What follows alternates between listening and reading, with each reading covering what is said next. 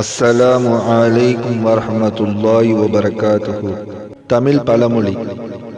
பகிர முடியாத பேரழகு, பிளக்க இயலாத ஒரு மணி மகுடம்.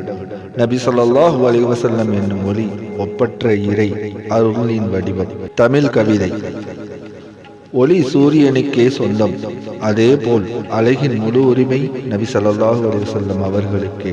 இக்கவிக்கு ஏற்றாற்போல் இமாம் பூஸரி ரஹ்மத்துல்லாஹி அலைஹி தனது புர்தா ஷரீஃபில் 42வது பைத்தில் இவ்வாறாக குறிப்பிடுகிறார்கள்: முனஸ்ஸஹுன் அன் ஸரீகின் ஃபீ மஹாசினிஹி ஃபஜௌஹருல் ஹுஸ்னி ஃபீஹி கைர முன்கஸிமி.